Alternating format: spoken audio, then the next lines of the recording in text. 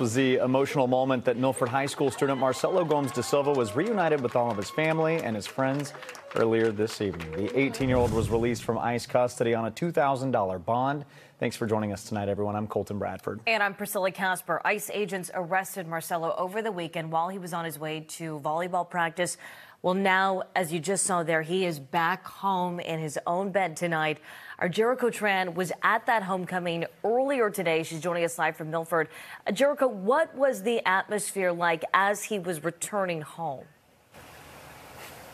Priscilla, this was truly a heartfelt moment. Friends and family waited days to finally embrace Marcelo, and they got that moment tonight. We learned so much about Marcelo's time inside of the ICE detention center where he was kept in Burlington. He says at one point he was even helping to translate for some of the people who were also being held by ICE. But most importantly, he says that he was able to persevere and remain positive because of his faith in Jesus Christ and his family.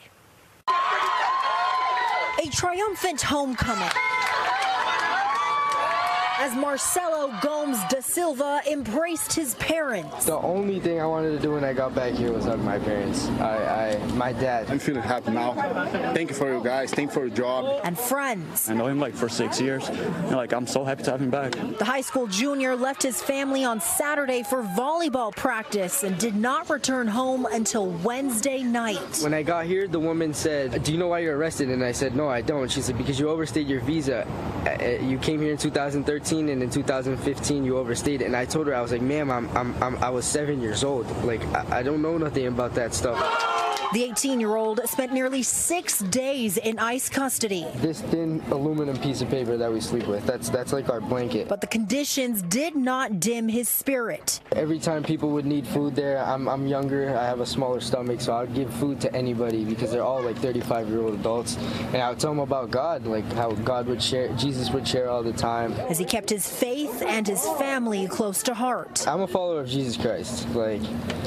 Obviously I get it from my dad, so. Marcelo missed his high school finals and the final game of his volleyball playoffs. One of our athletes, but one of our friends and someone we care deeply about. ICE says Marcelo's father was the intended target following the arrest. He's in a prison now himself, and I thank God it's in his own house, but he knows that if he leaves, there's a chance that ICE will try to find him again. But Marcelo is determined to continue forward, garnering the same strength that sustained him during his time at the ICE detention center. Jesus Christ. I pray every day, yeah. That's the only thing that guided me in that place. I feel like if you know Jesus and you've read the Bible and etc., you know that there's always a plan for something. So. Now, Marcelo was released on a $2,000 bond. His attorney says that the work to keep him here in the United States has just begun. In Milford, Jericho Tran, NBC 10 Boston. Yeah, this is really only the beginning. Jericho, thank you. Marcelo also spoke at length about the conditions inside the detention facility. Jericho touched on that a little bit. He talked about, how he slept, who he was locked inside with, and he says no part of that experience was a good one. I don't want to cry, but I want to say that place, it's not good. It's not good.